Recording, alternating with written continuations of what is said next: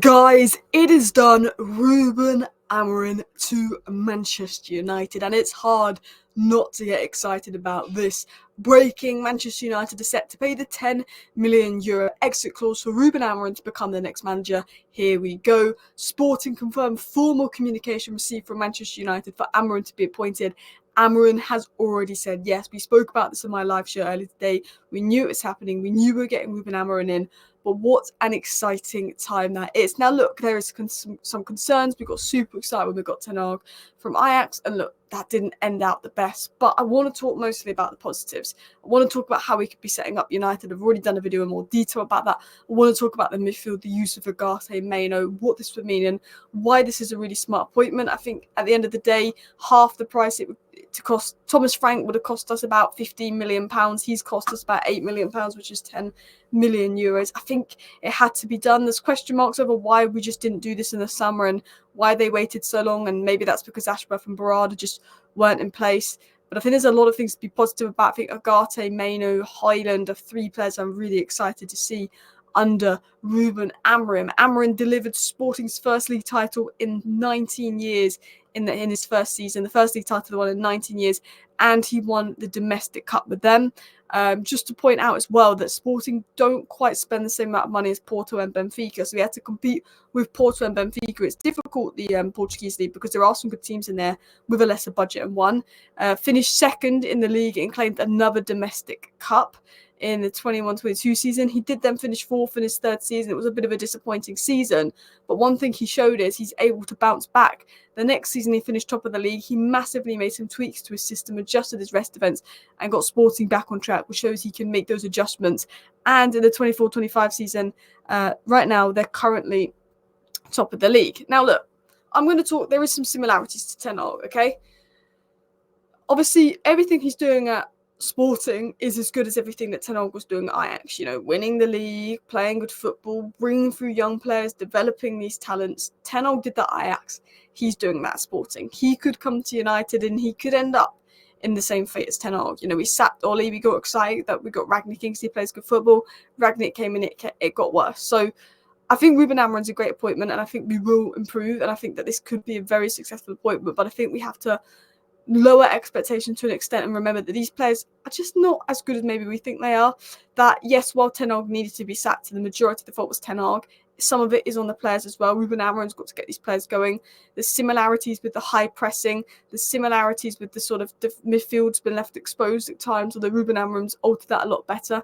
The similarities in the fact that Ruben Amorim plays very direct football. It's not, as like Pep's, it's more of a direct football. There's similarities between Ruben Amorim and Ten Hag, but at the same time, that makes sense. If we've been recruiting for Ten Hag the last 3 years, Ruben Amorim maybe is someone that can get our squad going a bit more. So there is similarities there. We need to remember that. But I think Ruben Amorim will want to do something like this, but I think he could adjust to a 4 at the back system because Luke Shaw is the walking injury at the moment. Have Leach left centre back, De Ligt right centre back, Mazraoui and Delo on the fullbacks. Do you think Harry Amas in terms of young players could be given a go? I think Aguero Mayo will be the pivot. I think that pivot's going to work really well. And we're going to talk about the real reason INEOS wanted Amorim, which is to do with the Aguero Mayo pivot. I think Rashford will be a wide forward. I think Højlund is going to do the shocker as role, running the channels. Then we're going to get the passes in midfield to find them. And I think Bruno, Xerxes, Ahmad, maybe Mount will do the shadow striker role, which will be exciting to see. But these were notes on Amorim I made in my last video. 22-game unbeaten streak, first league title in 19 years, led Braga to the equivalent of the Portuguese FA Cup, defeated Porto, Porto with Braga to win the cup, guided Sporting to the UCL round of 16, knocked out Arsenal in the Europa League, set a 32-game unbeaten streak record, won his first game management 7-1, and then won the league last season, and is currently top of the league right now. He's having a very good time. Achieved success at both Braga and Sporting, challenging Benfica and Porto, both of whom have significantly larger budgets. As I said, he's developed players like Porro, Nunes, Agate, Diamondo, Chocres, and Inacio Palinha. Some really young, some have come in and he's just developed them and improved them.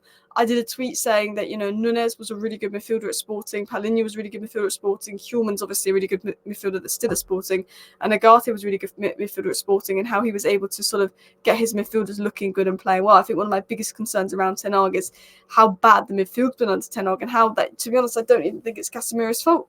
I think Maino's misprofiled, I think Agate's misprofiled, I think Casemiro's been hung out to dry, and how Amorim will fix that up. So before we talk about how Amorim's going to fix up, and we'll talk about Amorim in the news, it was said that Manchester United recognised that failing to utilise Agate effectively could jeopardise the club's aspirations of success. One of the primary reasons Agate was brought in was to forge a dynamic midfield partnership with Kobbie Mainoo, who's highly regarded for his potential at a very top level.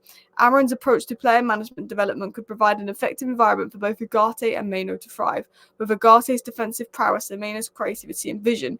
We know one of the things INEOS wanted is a partnership of Mainoo and Agate, and Ten Hag didn't give Agate minutes again in his last game, so I think that was a factor behind it as well. Agate played really good football under Amorim. I think Mainoo is the future. INEOS want to build a team around Kobbie Mainoo, so to have a Kobbie Mainoo Agate pivot, I think can work really, really well. Guys, if you're watching right now and you have not already, please do go ahead and hit that like button, and of course subscribe down below if you're new. But I want to get back into some older stories, which is obviously, so we're going to get back into this story that there's a real chance he could be in charge for the Chelsea game. Now hear me out, this might be an unpopular opinion, but I'd rather Ruud van Nistelrooy get the Chelsea game because that's a difficult game. He can build upon what happens in the game tomorrow against Leicester, and then he comes in after the Chelsea game and has the full week to prepare for PAOK. And the reason I say that is I think that would be an easier game for him. He has a bit more time to prepare. I think Chelsea's going to be really difficult, and I don't want him to start by losing and there being this sort of creation of negativity as well. Ruben Amorim, also interesting statistic, will become the youngest Manchester United manager in their history, and the final details regarding Ruben Amorim to Man United will be clarified after Sporting's game. The move is fully completed and it's expected to be announced this week. The reason that the move hasn't been announced officially yet, even though the move is completed, we've got the here we go. The move is not going to be announced because there's a match tonight. They need to be respectful. Sporting playing tonight. I think the move will be officially announced tomorrow, guys, as well. And there is an expectation he plays in the Chelsea game. But let's continue on to talking about Amorim and what to expect. This is my breakdown of football that Amorim plays. Goalkeeper and centre-backs need to be good on the ball, build up, ball playing. We do have elements of that, but we need to further improve. Left centre-back can come the left-back at time. Luke Shaw and not Nacio. Leacher can do that role. Luke Shaw probably can't do the role because he's not around. The wingers have been more defensive in the system. The right back must be technical. The six has got to be a good ball winner that can cast lots of space, and we signed Agate, who was his six. The 8 must be technical and a top creator. There's a shadow striker. There's a technical creative player in advanced work. There's a wide forward. The striker is going to be there, absolutely running the channels. It's going to be exciting to see what he does. I don't know if he'll employ the same system he has at Sporting.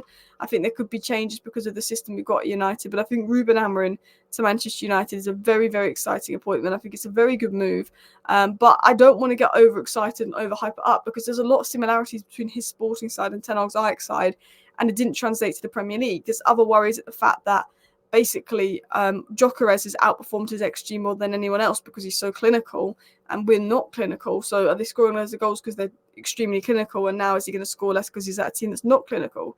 But his principles are similar to Ten Hag's, if I'm going to be honest. I think he does play direct. There is a lot of similarities there, but it will be interesting to see how he adapts. I think that's the interesting thing. There's a lot of similarities to Ten Hag, but it'll be interesting to see how he adapts. And I think he wants to score more goals, but also set up better defensively as well. Anyway, guys, please do hit that like button. Of course, subscribe down below if you're new. Let me know your thoughts down below. I was just reading a tweet as I said that, so I lost my train of thought just to see if it's important news. But these are the matches. Ruben Amorim gets that game. Amorim maybe gets the Chelsea game, but PAOK, Leicester, Man United, Bodo Glimt, Everton. That's a good run of games for Amorim as well to get as the next United manager, to maybe build a bit of momentum, get a few wins. Look, I don't think Amorim's going to put us in a title charge. I'm not expecting absolute miracles. While I think Ten Hag was the problem, I don't think he was the sole problem. It didn't massively improve when Ole went, but I think we will see improvements in Manchester United. I think we will get better, and ultimately I just want to see better football that doesn't make me want to fall asleep. Thank you for watching. Let me know your thoughts down below. Bye.